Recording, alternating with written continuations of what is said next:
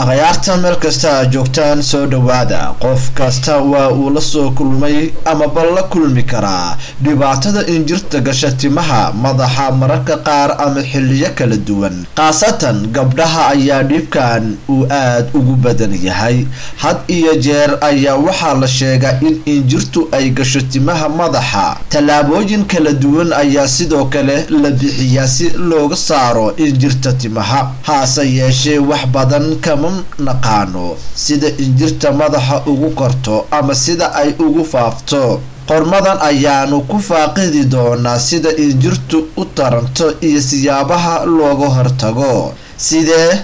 injirtu timaha madaxa u gasha sida kaliya ee injirta madaxa ku geli karto waa iyada oo timaha madaxyada dadka kale ay xiriir yeeshaan madaxaaga taranka ayaa wuxuu ka bilowdaa in ugxanta ay gasho timaha dhiiga dadku waa waxa ay quudato injirtu waxay isku qarin kartaa timahaaga maalintii oo idil madaxa ayay kaa qaniinaysaa oo dhiiga ayay kaa nuugaysaa injirta si toos ah ugama dhalato timaha madaxa waxayse ka timaadaa madaxyada dadka kale oo ay gasho kal hore sababo nadaafad daro la xiriirta injirta waxay ku faaftaa dadka kale ay taabtaan ama la falgalaan timaha madaxeenu qaar badan ayaa la ciyaara caruurta waxaa laga yaabaa in markaas ay itaabtaan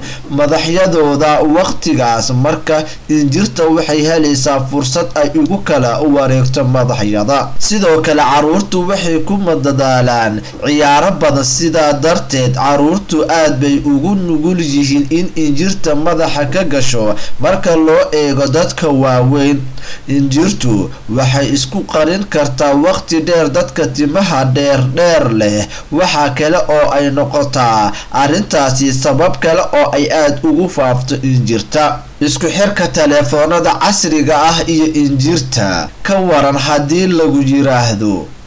waxaa jira xiriir ka dhexeeya taleefoonada casriga ah iyo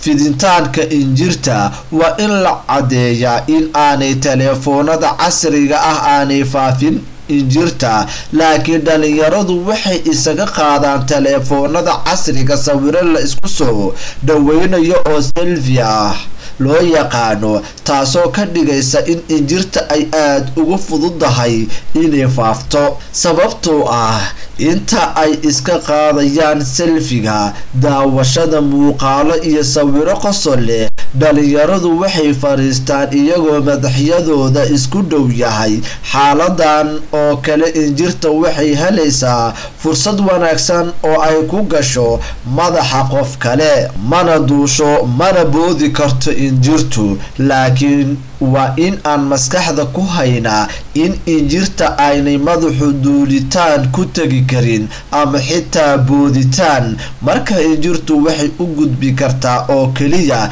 timaha madaxa kale marka ay istaabtaan marka taas laga reebo injirtu kuma soo gaari karto madaxa kale boodis ama duulitaan waxay ka baxaan timaha ilaa xididada inta kadib waxay madaxa galaysaa iyadoo ukun ah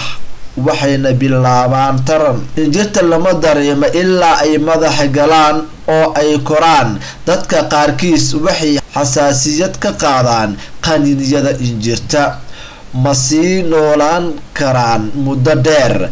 daraasado la sameeyey ayaa daaha ka qaaday in injirta aysan ku noolaan karin madaxa aadanaha muddo dheer maadaama injirta aysan duuli karin ama boodi karin waa laga hortagi karaa marka la ogaado inay ku jirto timaha madaxa waa la baabi'in karaa haddii si degdeg ah loo nadiifiyo waxay injirta kusii kori kartaa muddo gaaban oo keliya timaha madaxa aadanaha sababtoo ah kama helaan jawi ku habboon si ay ugu sii noolaato timaha madaxa bini-aadamka sida timaha bisada yaanyuurta ama eyga timaha labada xayawaan ee aan soo xusnay way u fududahay inay isku qariyaan oo ay ku dhex tirmaan laakiin kama heli karaan goobo noocaas oo kala timaha madaxa aadanaha markay madaxa galaan kuma sii nagaan karaan halkaasi muddo dheer laakiin taas waxaa muhiim ah in la ilaaliyo lana kormeero madaxa caruurta quburada ayaa sidaasi sheegtay dadka qaarkood waxay la kulmaan dhibaatooyin halis ah kadib qaniinyada injirta haddii dadka noocaas ah ay la tashadaan dhaqaatiir waa la daaweyn karaa adiga hadda daawanaya ama dhageysanaya muuqaalkan maxay kula tahay madaxaagana ma ku jiraa injir ama ma ku jirtaa injir sababtoo ah waxaa laga yaabaa in aad dad badan la gashay sawir adigoo madaxa u saarayo adigoo laabta gelinaya mar walibana waxaa inta badan la sheegaa labada qof ee madaxooda marka la isku soo dhaweeyo in ay dadka kala qaadaan injirta haddii madaxyada ay isa saartiin inta badan dumarka ayaa sidaasi sameeyaa haddii gabadha ay gabadha kale madaxa ay saarto waxaa dhici karta in ay si tartiib ah u soo wareegto oo ay adiga ku soo gasho